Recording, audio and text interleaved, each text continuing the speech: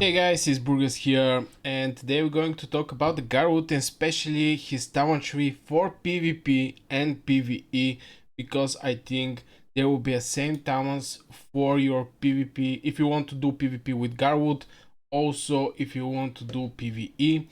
Now, why PvP? It's just because Garwood is more tanky, the skills is more tanky of the Garwood. Also, he provides some healing.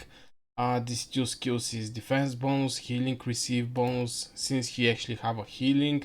And if you combine him with Eliana, it's pretty decent combo. So definitely, I think Garwood basically is the best tank for season 1, and you can use him to penetrate the enemy defense. For example, if you're in Alliance War, there is like 20 mages and 20 mages on the other side. You can actually use infantry to penetrate the enemy formation, and actually your mages to start doing and hitting the enemy mages till the enemy mages are focused on your tank to kill him.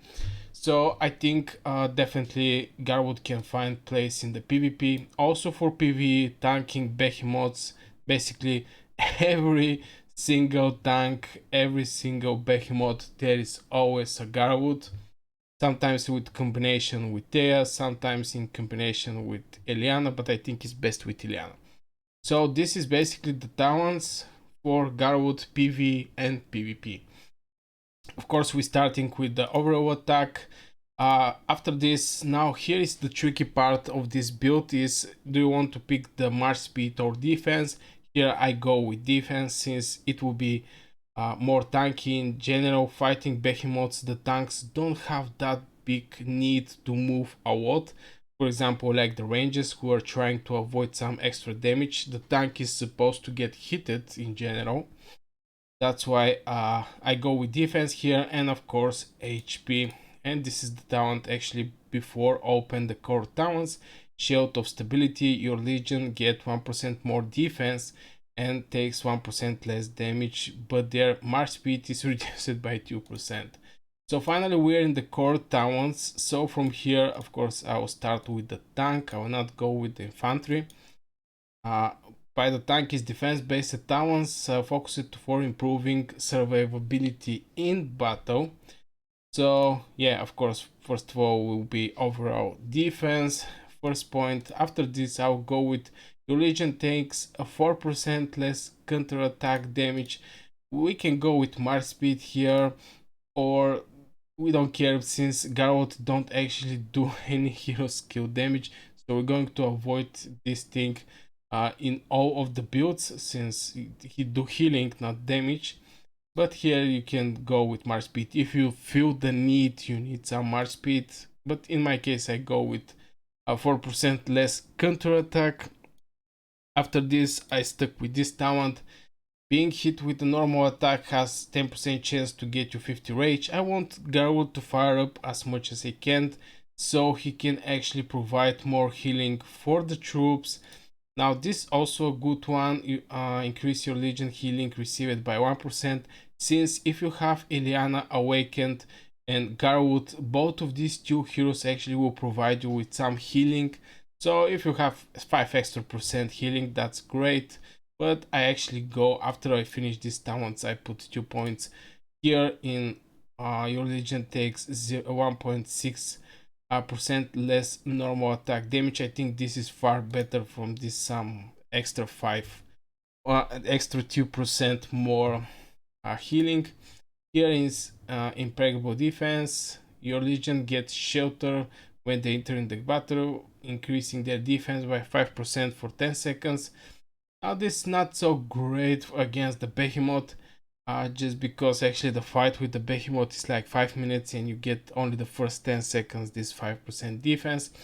But any other places like fighting darkling, dark creatures and stuff like this, you can actually get pretty great use of this.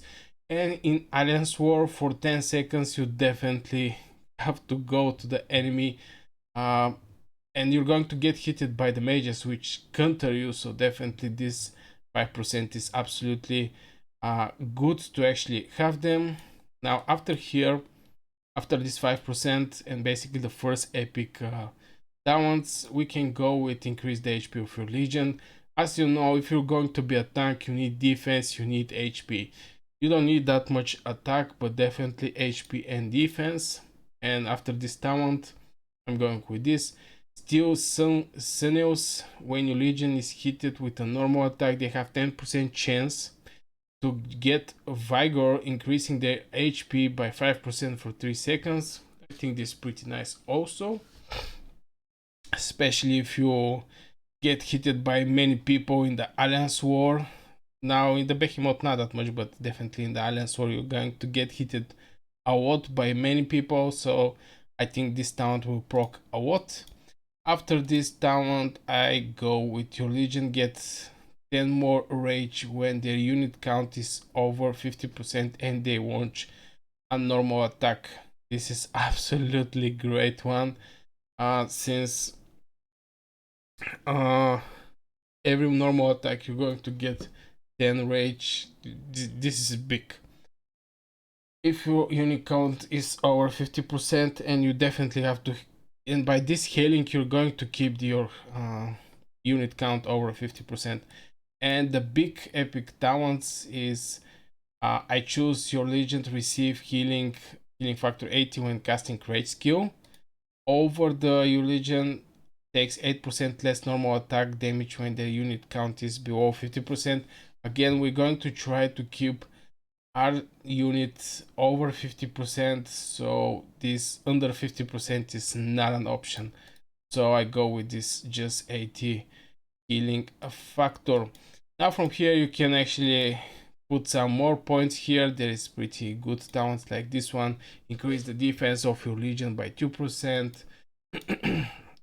Here your legion takes 1.6% less normal attack damage. I think even here should be more points. And I put something on the garrison, since here I get 2% more HP, and this is increase the defense of your legion by 2%. Again, defense and HP really important for the tank. So yeah, I guess this will be for the Garwood talents. Again, for the PvP, he's going to penetrate the enemy defense, and for PvE, there is basically no Behemoth where there is no Garwood as a tank there. So I hope you enjoyed this video. If you do, hit one like, subscribe to the channel, and see you in the next video.